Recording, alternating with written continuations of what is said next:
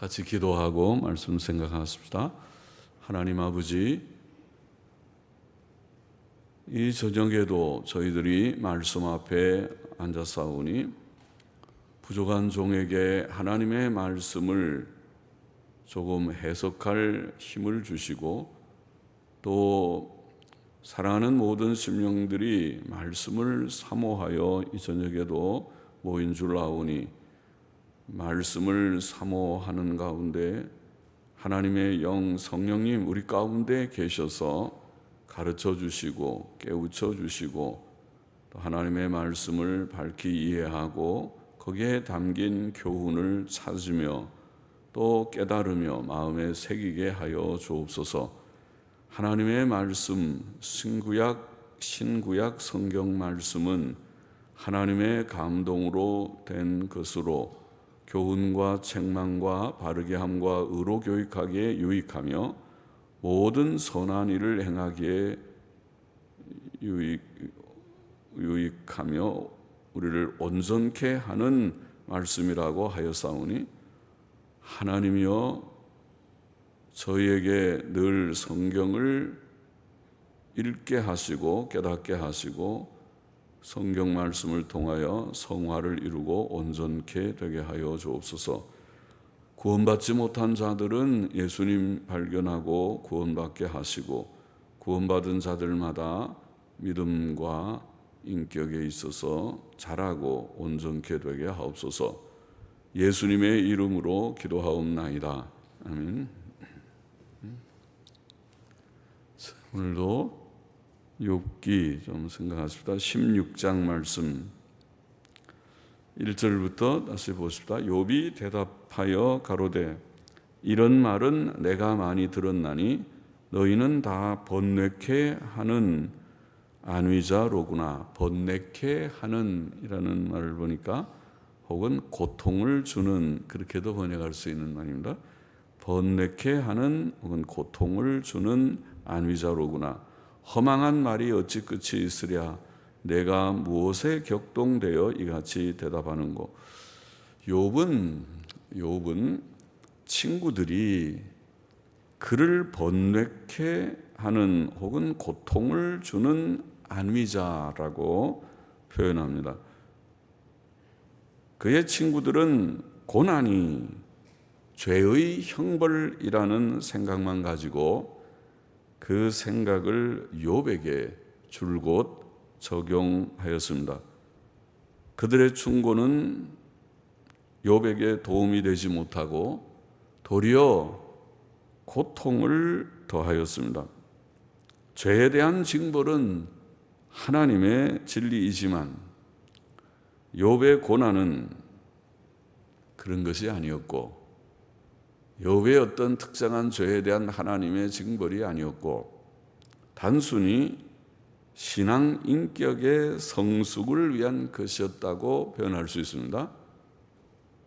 죄에 대한 징벌이 아니었습니다. 그러나 욥의 친구들은 죄 지으면 벌 받는다는 하나님의 공의의 일반적인 진리를 욥에게 무리하게 적용하려고 함으로써 욥의 마음에 고통을 주었던 것입니다. 4절 5절 보십시다. 나도 너희처럼 말할 수 있나니 가령 너희 마음이 내 마음 자리에 있다 하자. 나도 말을 지어 너희를 치며 너희를 향하여 머리를 흔들 수 있느니라. 그래도 입으로 너희를 강하게 하며 입술의 위로로 너희의 근심을 풀었으리라. 풀었다는 말은 덜었다. 근심을 덜었으리라. 근심을 감하게 했다는 그런 뜻입니다. 근심을 풀었으리라. 근심을 덜었으리라. 그렇게 번역하면 어떨까 싶습니다. 욥은 만일 친구들이 자기 같은 처지에 있다면, 자기같이 그런 극심한 고난을 당하게 되었다면 재산을 상실하고 자녀를 다 상실하고 몸에 큰 중병이 들고 이런 복합적인 고난을 받게 되었다면 자기도 그들을 비난하며 책망하며 그들을 향해 머리를 흔들며 그들을 멸시할 수 있을 것이라고 말합니다. 물론 욥은 자신이 그렇게 하겠다는 것이 아니고 가상적으로 말한 것입니다. 그러나 그는 그렇다 하더라도 친구들이 지금 자기 처지에 있고 자기가 친구들처럼 미문왔다 하더라도 자기는 그런 때에도 입으로 친구들을 위로했을 것이다, 그렇게 말합니다. 지금 친구들은 위로하러 와가지고는 위로가 아니라 마음에 고통을 주고 있지만은, 번뇌케 하는 안위자, 고통을 주는 안위자가 되었지만은 자기는 친구들을 위로하고 또 마음을 좀 강하게 하고 그렇게 하였을 것이라, 그들의 근심을 좀 덜어주었을 것이다, 그렇게 말합니다. 사실 하나님께서 우리에게 요구하시는 사랑은 우리가 우리의 고난당하는 형제나 이웃을, 우리의 형제들, 이웃들이 고난 가운데 있을 때에 그 고난당하는 형제나 이웃을 위로하는 것이죠. 그게 사랑이죠. 사랑은 그들에게 위로합니다. 말로 위로하고, 또 물론 우리가 물질의 여유가 조금 있으면 같이 조금 물질적 어려움이 있으면 조금 나누기도 하고 할 수 있죠. 그것이 사랑일 것입니다. 위로하는 것으로 나타날 것입니다. 6절을 계속 보시다. 내가 말하여도 내 근심이 풀리지 아니하나니 잠잠한들 어찌 평안하랴. 사람이 잠잠히 있는 것보다 다른 사람들과 말하는 것이 보통 그의 마음의 근심을 푸는데 도움이 됩니다. 그래서 우리가 우울증 환자들은 친구가 없으면은 치료가 좀 더디거나 힘들 수 있죠. 의사 선생님을 상담해 보면 제일 먼저 하는 말이 친한 친구가 있습니까? 그런 거 묻습니다. 왜냐하면은 서로 이렇게 대화를 하고 함으로써 좀 마음에 쌓였던 것들이 좀 풀리고 그렇게 해야 되는데 너무 혼자 고독하게 있으면은 병이 심해지죠. 그래서 가족의 도움이 아주 필요하고 친구들이 필요하고, 그런 걸 생각하면은 왜 갱년기 여성들이 친구들끼리 3, 3, 5 모여서 수다를 떠는 것이 이렇게 비난할 것이 아니라 참 좋은 것이, 그런 수다도 떨지 않으면은, 수다를 떤다는 말이 좋은 말은 아니지만은 수다를 떨지 않으면은 마음의 병이 생길 수 있는 사람들이 들어 있을 거예요.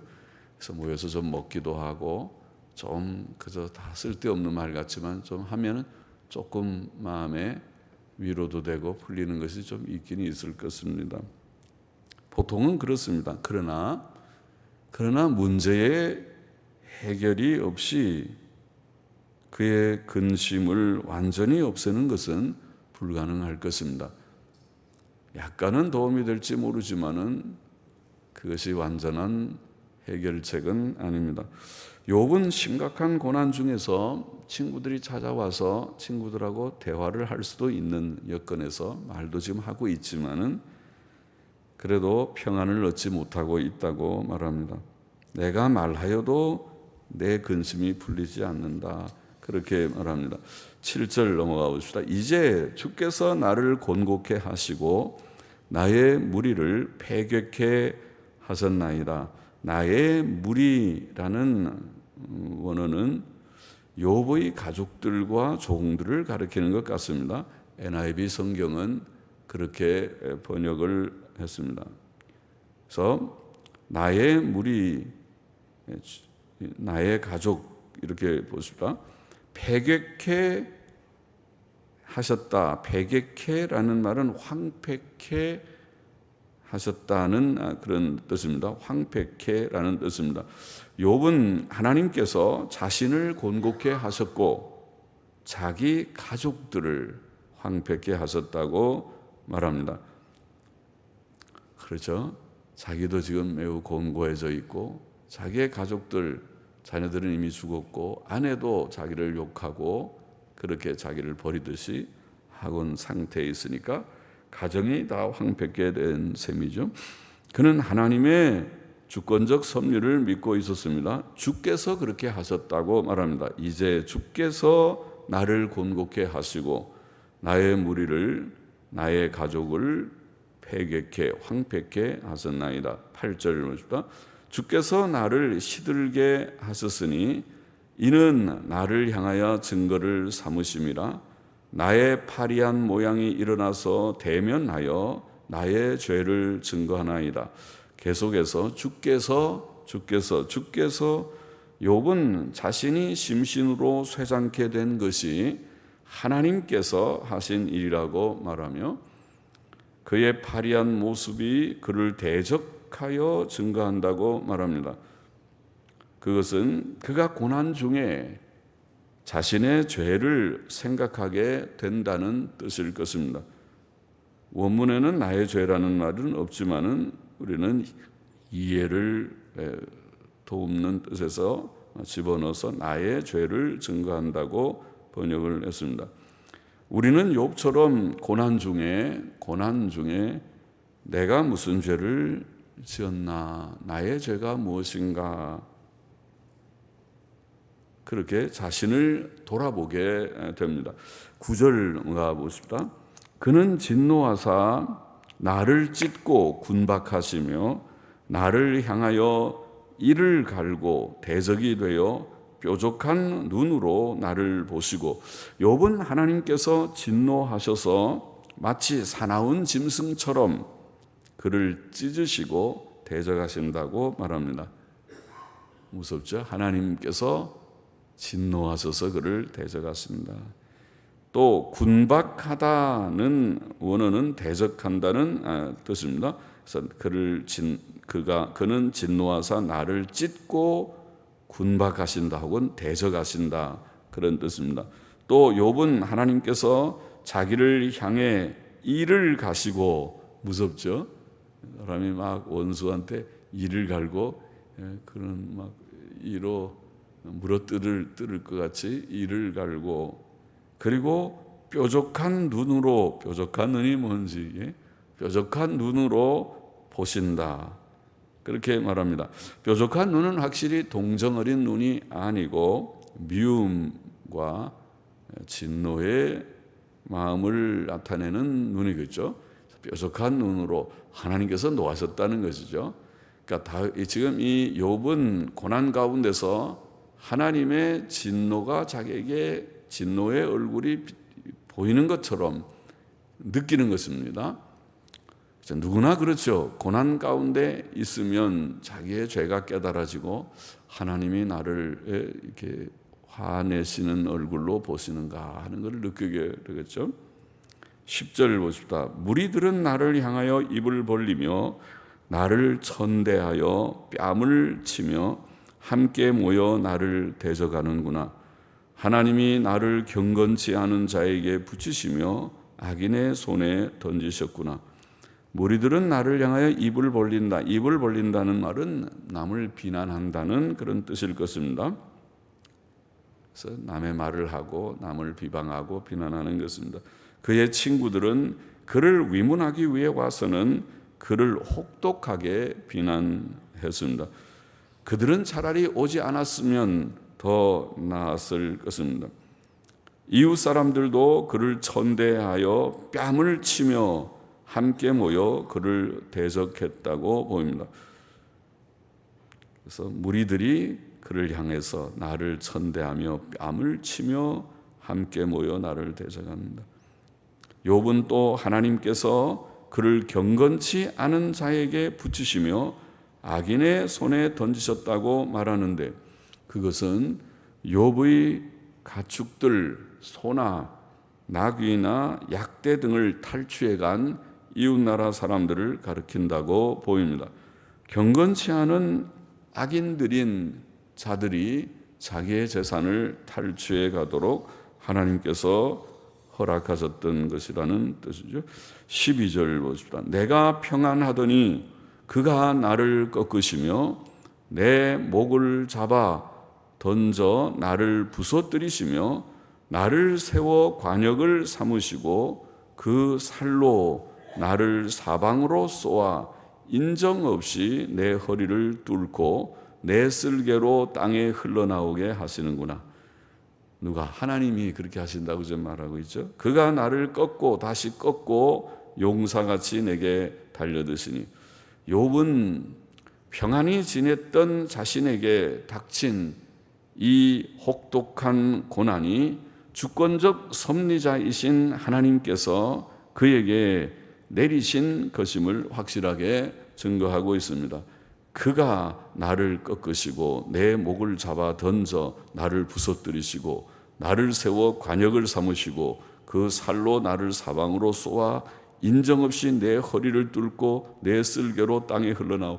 굉장히 하나님께서 혹독하게 욥에게 지금 이런 고난을 내리셨다는 것을 표현하는 것이죠. 그가 나를 꺾고 다시 꺾고 용사같이 내게 달려드셨다. 15절 보십시다. 내가 굵은 배를 꿰어매어 내 피부에 덮고 내 뿔을 티끌에 더럽혔구나. 굵은 배. 우리도 상이 나면은 배옷들 옛날에 입었었는데 요즘은 이제 입지 않지만은 배옷을 입죠. 굵은 배는 거칠하고 감촉이 좋지 않습니다. 구약 시대의 성도들은 금식할 때 보통 굵은 배옷을 입었습니다.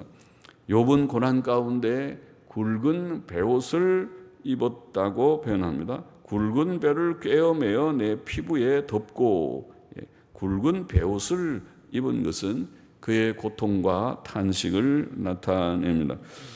또 욥은 자신의 뿔은 보통 힘과 영광을 상징하는데 자신의 뿔 곧 힘이 티끌에 더럽혔다고 말합니다. 욥은 힘도 없었고 존영도 잃어버렸고 꽤 존귀한 그런 인물이었던 욥이 이제는 그런 존영을 다 잃어버렸고 그의 명예도 더러워졌습니다. 사람들이 욥하면 아이고 그 불쌍한 노인 이렇게 여기는 그런 인물이 되었습니다. 16절 내 얼굴은 울음으로 붉었고 내 눈꺼풀에는 죽음의 그늘이 있구나. 사람이 마음의 고통이 심해 많이 울면 눈 조금 우는 것이 아니라 자꾸 울면은 눈도 빨개지지만은 얼굴도 붉게 상기될 것입니다. 내 얼굴은 울음으로 붉었다 그렇게 표현하고 있고 또 내 눈꺼풀에는 죽음의 그늘이 있구나. 욥은 자기의 눈꺼풀에 죽음의 그늘이 있다. 그것은 그가 많이 울어 그 눈이 쇠해졌고 그의 기력도 쇠하여서 곧 죽을 사람처럼 이제는 죽음이 가까운 사람처럼 눈꺼풀이 감기게 되었다는 뜻일 것입니다. 내 눈꺼풀에 죽음의 그늘이 있구나. 17절에 그러나 내 손에는 포악이 없고 나의 기도는 정결하니라. 포악이라는 말은 강포 혹은 악행 이런 뜻으로 번역되는 단어인데 내 손에는 포악이 없고 결국 욥은 앞에서도 여러 번 말했지만은 극심한 이 고통 가운데서도 자신이 악하지 않았다. 내가 악하지 않았다. 그렇게 자신을 표현했습니다. 그런 고백을 하고 그런 변명이라고 할지 변호를 했습니다. 그래서 여기에도 그러나 내 손에는 포악이 없고 나의 기도는 정결하니라. 그는 고난 중에도 자신의 순결이라고 할지 자신이 악하지 않다고 지금 고백하고 있고 또 자기의 기도도 정결하다. 정결하다는 말은 진실한 기도를 했다는 거죠. 위선적인 그런 거짓된 말로 하는 기도가 아니고 진실과 진심의 기도를 하나님 앞에 올렸다는 것이죠. 고난 중에 기도를 쉬지 않은 욥은 확실히 경건한 사람이죠. 사람이 기도를 한다는 것은 하나님을 믿는 믿음의 표현이고, 또 그것을 계속해서 고난 가운데서도 낭망치 않고 기도한다는 것은 확실히 믿음의 증거라고 할 수 있습니다. 믿음 없는 사람은 결코 기도하지 않습니다. 평소에도 기도하지 않고 고난 가운데서도 물론 기도하지 않을 것입니다. 그러나 하나님을 경외하고 믿는 자는 평소에도 하나님 감사합니다. 또 어려운 일이 있을 때는 하나님, 어려운 문제가 제게 생겼습니다 하고 시시때때로 기도할 것입니다. 평안할 때는 감사의 기도, 또 어려운 문제가 있으면은 간구의 기도, 회개의 기도, 이런 것들을 하나님 앞에 올리고 또 모든 문제를 의탁하게 될 것입니다. 욥은 그렇게 기도하는 사람이었습니다. 18절에 땅아 내 피를 가리우지 말라, 나의 부르짖음으로 쉴 곳이 없게 되기를 원하노라. 욥은 자신이 남의 피를 흘린 잘못이 있다면 그것을 감추지 않기를 원한다는 그런 말을 한 것이라고 봅니다. 땅아 내 피를 가리우지 말라. 내가 만일 잘못된 피 흘린 그런 죄를 범한 일이 있다면 그것을 가리우지 말라. 다 있는 그대로 드러내라는 것이죠. 자기는 무엇을 잘못을 해놓고 그걸 감추고 숨기기를 원치 않는다는 것이죠. 또 그는 그의 부르짖음으로 쉴 곳이 없게 되기를 원합니다. 그는 고난 중에 낙심치 않고 하나님 앞에 부르짖어 기도하였습니다. 19절 보십니다. 지금 나의 증인이 하늘에 계시고 나의 보인이 높은 데 계시니라. 놀라운 그런 말을 하고 있어요. 지금 나의 증인이 하늘에 계시고 나의 보인이, 보인이라는 보호한다는 그 보자 같은데, 보인, 영어 성경들은 변호자, advocate라고 다 옛날 성경이나 근래 성경이나 번역했어요. 변호자 혹은 옹호자. 하나님께서 나의 변호자가 되시는데 나의 증인 또 나의 보인, 여기에 보인이나 또 증인이라는 말이나 동의어라고 보입니다. 사전에는 그것을 동의어라고, 뜻이 비슷한 서로 바꿔서 쓸 수 있는 단어라고 설명하고 있습니다. 나의 증인이, 지금 나의 증인이 하늘에 계시고 나의 보인이 높은 데 계시니라.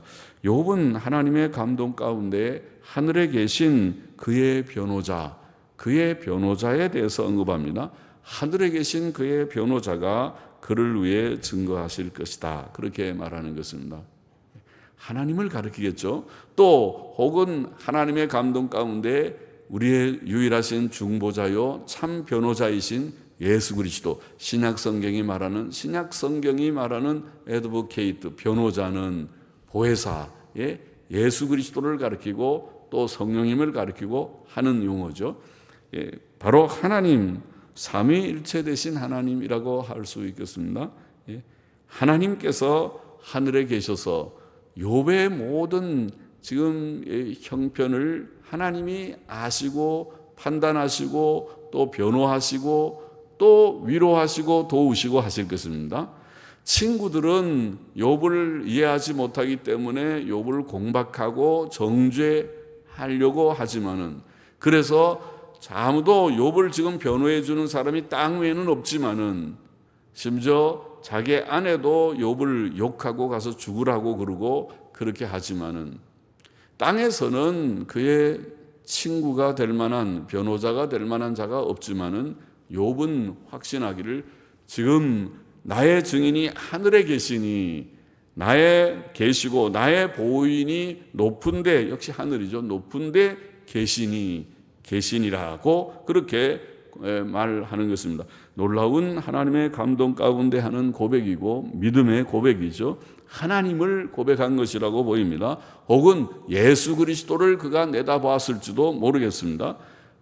하늘에 계신 증인, 하늘에 계신 변호자가 변호자에 대해서 말씀하고 있습니다. 20절 보십시다. 나의 친구는 나를 조롱하나 내 눈은 하나님을 향하여 눈물을 흘리고 사람과 하나님 사이에와 인자와 그 이웃 사이에 변백하시기를 원하노니 수년이 지나면 나는 돌아오지 못할 길로, 돌아오지 못할 길은 죽음이죠. 한번 가면 다시 오지 못하는 길, 죽음의 길로 갈 것임이니라. 자, 욥의 친구들은 그를 조롱하고 있으나 나의 친구는 나를 조롱하나 내 눈은 하나님을 향하여 눈물을 흘리고, 욥은 낭망하지 않고 하나님을 앙망하고 바라며 눈물로 호소하는 것입니다. 아마 욥의 기도는 이런 뜻일 것입니다. 하나님, 저의 중심을 살피시고, 저의 중심을 살피시고, 제가 하나님 앞에서 비록 부족하지만은 이런저런 흠과 점이 있어서 그것을 곧 회개하고 또 결심하고 또 때때로 넘어지고 다시 일어나서 결심하고, 이런 부족한 나의 자취를 가졌지만은 그러나 내 중심이 하나님을 믿고 하나님을 앙망하고 하나님 경외하고 하나님의 뜻대로 바로 살고 선하게 살고 하나님의 계명을 지켜야 된다는 것을 내가 믿었고 알았고 그것을 실천하려고 몸부림했던 것을 하나님이 아신다는 것입니다. 사람은 그것을 모르지만은 세상에 온전한 사람은 없죠. 욥도 자기가 그런 절대적인 온전을 가졌다고 말하지 않아요. 자기도 부족하지만은 그러나 그 부족을 늘 고백했고 또 고쳐서 바로 살려고 하고, 욥처럼 하나님 앞에서 온전한 자가 없다, 욥처럼 하나님 앞에서 의인이 없다고 하나님이 욥기 1장 2장에서 증거해 주신 바와 같은 인물이 욥이었습니다. 우리가 우리의 그 목표라는 것이 그렇죠. 완전 성화는 땅 위에서 없지만은 그러나 상당히 스스로 마음에 거리끼는 그런 행위를 하지 않는 자, 그것이 성화의 상당한 단계에 올라가는 것이죠. 남이 볼 때의 흠을 지적할 정도면 그는 좀 아직 어린아이와 같은 유치한 단계에 있다고 볼 수 있고, 자기 스스로도 자기를 책망할 것이 없게 늘 부족한 것을 고백하고 또 결심하고 또 씨름하고 이렇게 엎치락뒤치락 하지만은 그러면서 성화를 점점 이루어서 이제는 자기가 자기를 상당히 통제할 수 있는 그런 상태에 좀 이르게 되는, 그것이 성화의 단계고, 그것이 우리가 상당한, 그게 흠과 점이 없다고 말하는, 책망할 것이 없다고 말하는 디모데전서 3장 1절에 이하에 나오는 성의 뭡니까? 직분자의 자격, 감독의 자격으로 우리가 말하는 그런 상태죠. 자기가 자기 자신을 책망할 것이 있는 정도라면 고쳐야 되죠. 회개하고 그렇게 해야 되겠죠. 우리가 물론 예수님 믿음으로 의롭다함을 받았지만은 예수님 믿는 믿음 안에서 완전한 거룩, 완전한 의를 법적으로 받았다고 믿지만은 하나님께서 원하시는 것은 그것이 아니고, 고수로 끝나는 것이 아니고, 칭의로 끝나는 것이 아니고, 하나님께서는 실제적인 의가 열매로 맺혀지기를 기대하신다는 겁니다. 그것도 노력을 해야지 되는 거죠. 나는 예수 믿었으니까 됐다, 그것으로 끝나는 건 성경을 절반밖에 읽지 못하는 사람일 것입니다. 성경은 많은 구절들이 오히려 성화에 대해서 많이 말하고 있습니다. 예수님의 말씀, 우리가 산상설교를 알지 않습니까? 예수님 말씀은 내 말을 듣고 지키지 않는 자는 어떤 자와 같으냐? 미련한 어리석은 자와 같아서 모래 위에다가 집을 짓는 자와 같다고 했습니다. 그러면 내일과 같이 이제 태풍이 한반도를 관통한다고 하는데 들어올 때 무너져 버리겠죠. 약하게 지어놓으면 큰일 나는 것이죠. 무너져 버립니다. 그러나 기초가 튼튼한 반석 위에 짓듯이 튼튼하게 밑에 기초를 콘크리트로 기초 작업을 튼튼하게 하고 거기에다가 철근으로 튼튼하게 기둥을 세우고 집을 지었다면 웬만하면은 잘 견뎌낼 것입니다. 그렇게 해야 된다는 거죠. 그러면 그렇게 튼튼한 집을 짓는 자가 뭐냐 할 때 주님 말씀하기를 행위라, 순종의 행위가 있는 자는 지혜롭게 집을 잘 짓는 자요, 내 말을 듣고 행치 않는 자는 어리석은 미련한 자와 같이 모래 위에 집을 짓는 거라고 해서, 그럼 주님의 강조점은 행위에 있습니다. 예수님 믿고 구원 얻는 것은 기본이고 당연한 것이고 믿음의 시작이지만은 주님은 그것으로 만족하지 말고 너희가 나를 주님이라고 부른다면 왜 내 말을 행치 않느냐. 누가복음 6장인가 그렇게 주님이 말씀하지 않았습니까? 그런 행위에 대한 강조에 있다고 봅니다. 그래서 여기에 욥의 기도도 그런 중심입니다. 내가 비록 부족함이 없지 않지만은 하나님을 경외하고 믿음으로 살고 바르고 선하게 살고자 애쓴 것을 주님이 아시지 않습니까? 지금 친구들은 자기한테 와서 너 무슨 죄 지었구나, 너 자녀들이 죄 지었구나 이런 얘기만 하고 자기를 자꾸 지금 괴롭히고 있지만은 그러나 하나님은 아시지 않습니까? 그 얘기입니다. 그래서 하나님께서 증거하여 주시기를 원합니다.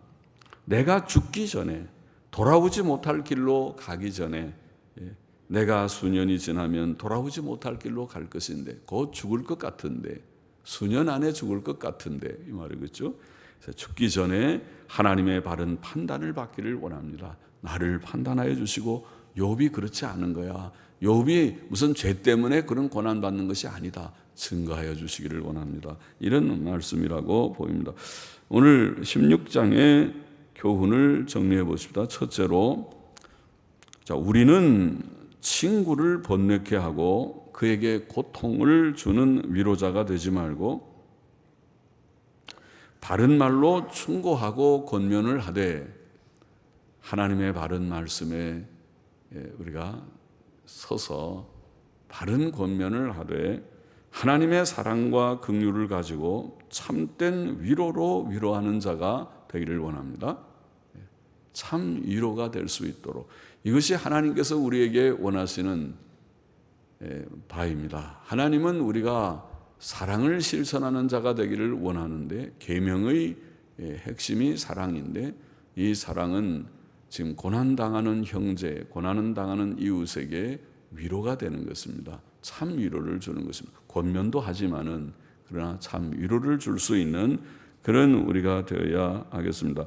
둘째로, 우리는 고난 중에 욥처럼 하나님께서 주권적 섭리자이심을 믿고, 이 욥기의 중요한 한 진리고 성경 전체에 흐르는 중요한 진리고, 이미 여러분들이 상당히 그런 깨달음을 갖고 계시고 또 수없이 많은 말씀을 들어서 더 알 것이지만은 굉장히 중요한 것이죠. 그게 섭리라는 말이죠. 우리가 이 세상을 창조하신 하나님, 창조자도 주권자이십니다. 하나님이 창조할 때 누구랑 의논했습니까? 우리랑 의논하지 않습니다. 하나님의 뜻 가운데서, 기쁘신 뜻 가운데 창조하셨고, 또 창조하신 이 세상을 다스리시는 하나님의 그 행위도 주권적입니다.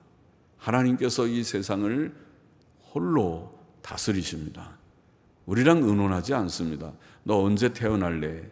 너 언제 죽을래? 어떻게 할래? 우리랑 의논하고 하지 않고 하나님의 주권적인 뜻 가운데서 섭리하십니다.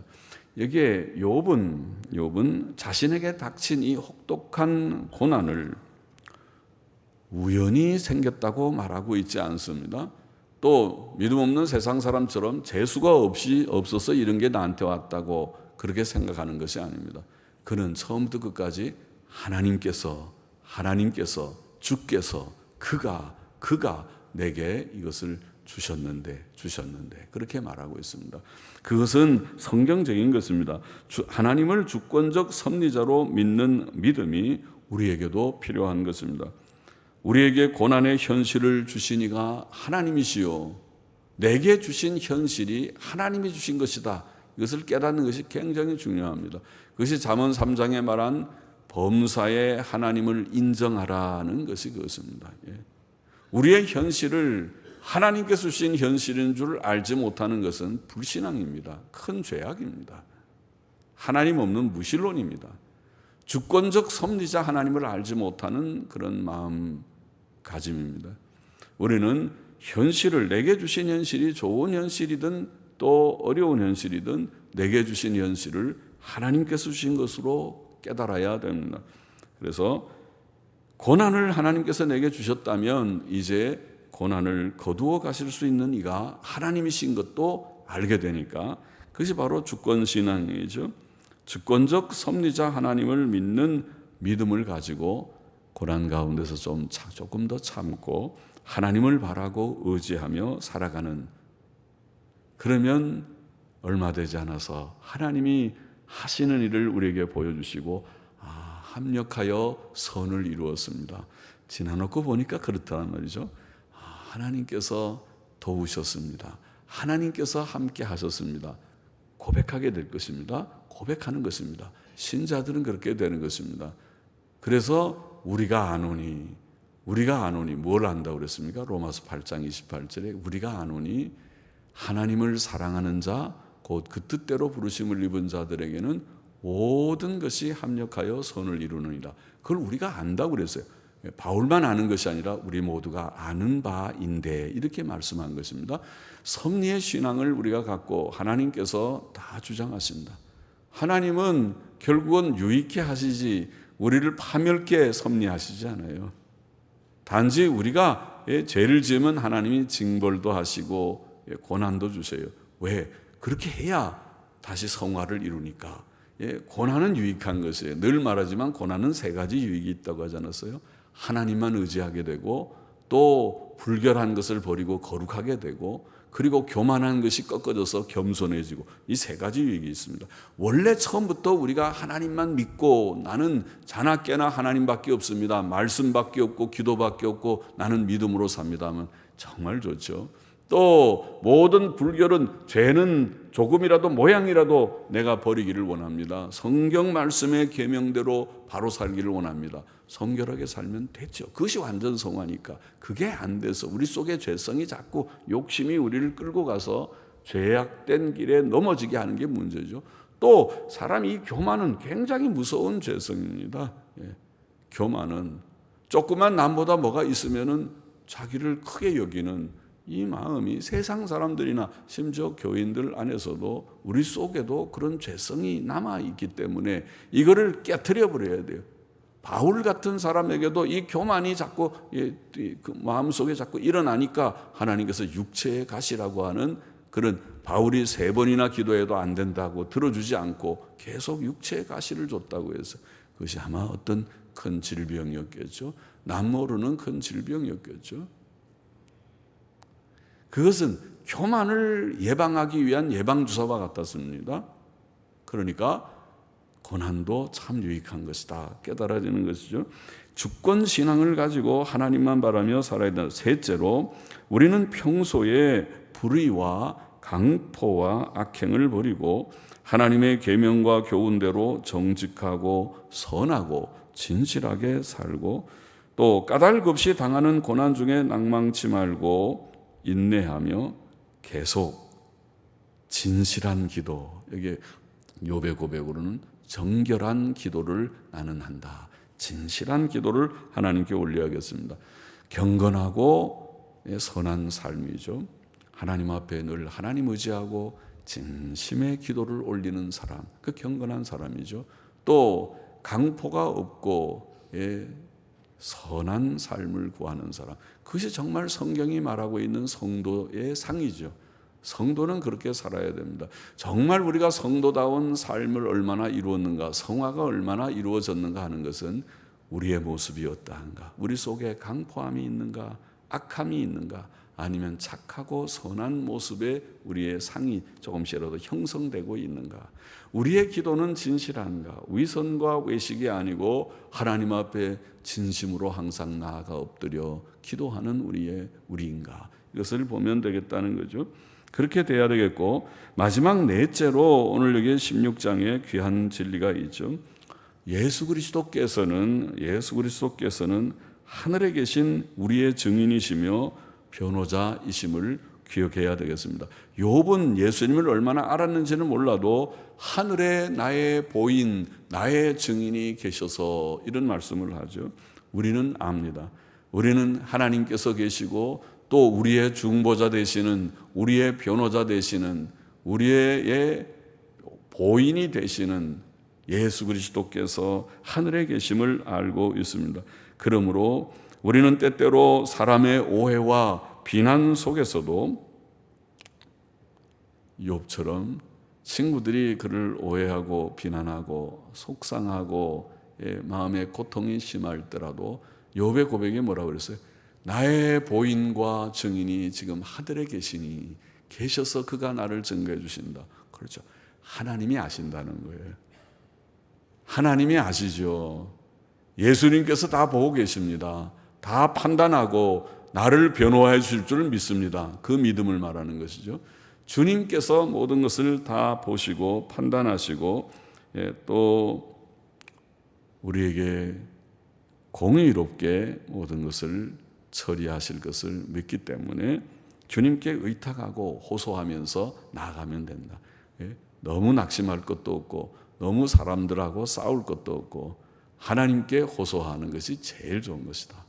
그러면 하나님께서 우리를 도우시고 건져주시고 위로하시고 또 우리의 원수들은 하나님께서 책망하시고 또 징벌하여 주실 것이 분명하니까 그렇죠. 됐죠. 그보다 더 좋은 방법이 없죠. 그래서 하나님께서 또 우리 주님 예수께서 하늘에 계신 우리의 증인이시고 변호자이심을 우리가 잊지 말아야 하겠습니다. 기도하십시다.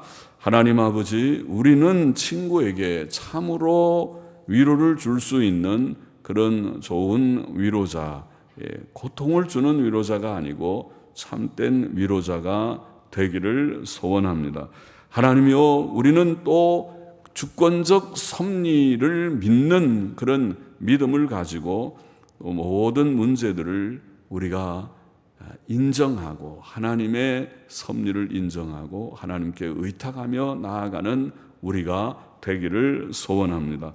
또 평소에 주님 성화가 우리 속에서 조금이라도 이루어져서 진실한 기도를 올리는 자, 또 강포가 없고 참 선함과 또 사랑이 우리의 인격과 삶 속에서 조금이라도 나타나는 자들이 되기를 원합니다.